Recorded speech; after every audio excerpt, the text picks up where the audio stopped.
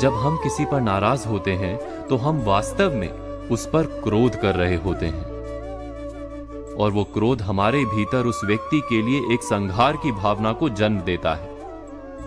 हम उस व्यक्ति को अनेक प्रकार से नीचा दिखाने और बर्बाद करने का उपाय सोचने लगते हैं।